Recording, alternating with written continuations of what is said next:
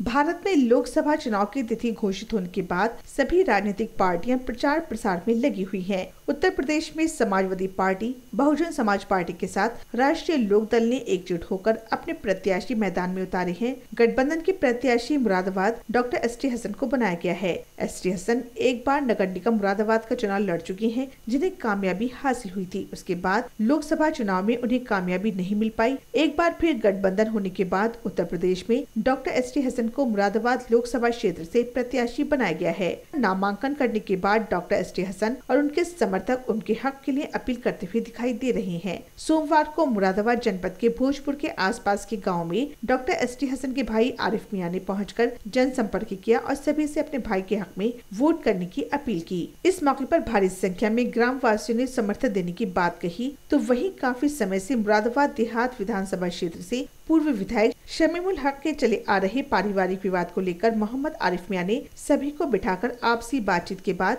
समझौता करा दिया और सभी एक बार फिर एक ही मंच पर दिखाई दिए और सभी लोग समाजवादी पार्टी के लिए भी वोट की अपील करते हुए दिखाई दे रहे हैं। इस मौके पर सभी लोगों का कहना था कि भोजपुर हमेशा समाजवादी पार्टी के साथ है और वे हमेशा समाजवादी पार्टी को ही अपना वोट और समर्थन देता आया है और आगे भी ये जारी रहेगा। सभी लोगों ने ये कहा कि गठबंधन के प्रत्याशी डॉक्टर एसटी हसन को बनाया गया है, जिसके बाद आप सभी लोग डॉक्टर एसटी हसन को चुनाव में जीत दिलाएंगे। इस मौके पर गांव में जनसंपर्क करने के बाद सभी पदाधिकारी और समर्थकों की एक नुक्कड़ सभा आयोजित की गई, जिसमें सभी लोगों ने डॉक्टर साहब को समर्थन देने की बात कही। भाई मेरा ये मानना है कि ये जो गठबंधन हुआ है बहुत बढ़िया गठबंधन हुआ है। इसके आगे कोई नहीं टिक रहा, किसी से हमारा कोई मुकाबला सिर्फ भाजपा है थोड़ी सी, इसके अलावा और कोई नहीं है। और ये इंशाल्लाह कामयाब जाएगा, पूरे उत्तर प्रदेश में कामयाब जाएगा। जहाँ जा रहे हैं बहुत ज़्यादा स्वागत है, बहुत ज़्यादा लोगों का सहयोग हमें मिल रहा है।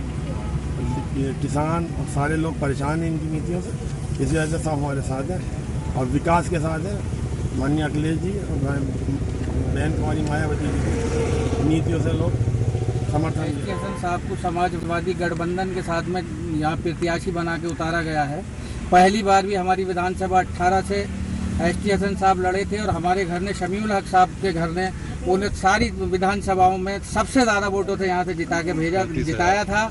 और इस बार भी हम इंशाल्लाह देहात 27 से जो है उन्हें 50,000 वोटों से जिता कर भेजेंगे। उसकी वजह है कि यहाँ पे जो है मोदी सरकार की नीतियों से जनता उग चुकी है और इसमें जो है हमारा गठबंधन एकजुट होकर हमारे घर में जो आपस में मतभेद थे उन्हें भी भुलाकर हम सब लोग इनके लिए दिलो जान से मेहनत कर रहे हैं। सबसे ज़्यादा इंशाल्लाह अगर जीतेंगे तो एसटी हसन साहब देहात 27 से। सबसे बड़ी बात यह है कि जनता भाजपा की नीतियों से तो इतनी आजिद आ गई है, इतनी तंग आ गई है कि अब जो है भाजपा का अंत है, लास्ट है ये भाजपा का। क्यों कि इनकी जो नीति है हिंदू मुस्लिम कराना, लड़ाना, भेदभाव पैदा करना, अब इसे जनता समझ गई है। जनता इतनी नादान नहीं है, इनकी नीतियों को जो है पूरी तरह समझ चुकी है। कहीं मंदिर मस्जिद पर ले आते हैं, कहीं इनका कहीं विकास का वोट ही नहीं है। पूरे 5 साल में कहीं विकास अगर कहीं कराया हो, एक भी पूरे कहीं जिले में वोट नहीं लगा हुआ, विकास नाम की चीज़ नहीं है। और जीएसटी और सारा पैसा पता नहीं इन्होंने कहाँ डाला है, ना कहीं इलेक्शन में लगाया ना लगाया।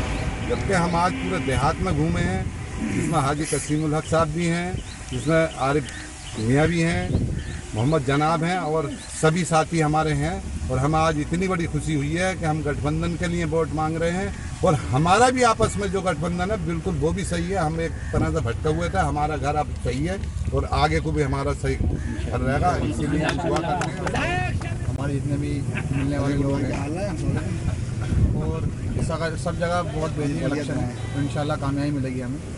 सब जगह लोग गठबंधन वोट देना चाहते हैं, क्योंकि देश आज इस कगार पर खड़ा है कि अगर चुनाव में हम लोगों ने ध्यान नहीं दिया तो हमारे बच्चों की जो नस्लें हैं वो भी तबाह हो सकती हैं। तो हम लोग इस देश को बचाने के लिए और जो हमारे साथ जुल्म हुए हैं 5 साल, जुल्म सपन को जो पहाड़ हम पर ढाए गए हैं, उन सबसे आज़ादी पाने के लिए हम लोग समाजवादी गठबंधन के लिए निकले हैं और इंशाल्लाह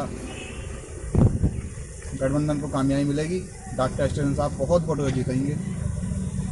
कौन कौन से गाँव में दौरा करा?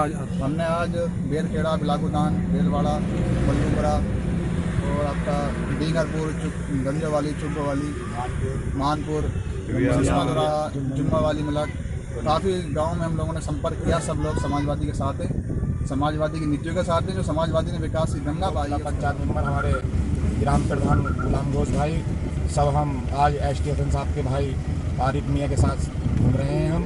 और यहाँ पर जो वोट समाजवादी को मिल रहा है, एसटी हसन साहब को मिल रहा है, जो पिछली समाजवादी सरकार थी उसमें जो विकास के काम शमी उलग साहब ने कराए थे, वो आज एक उस बात की मिसाल गांव में जाकर मिल रही है।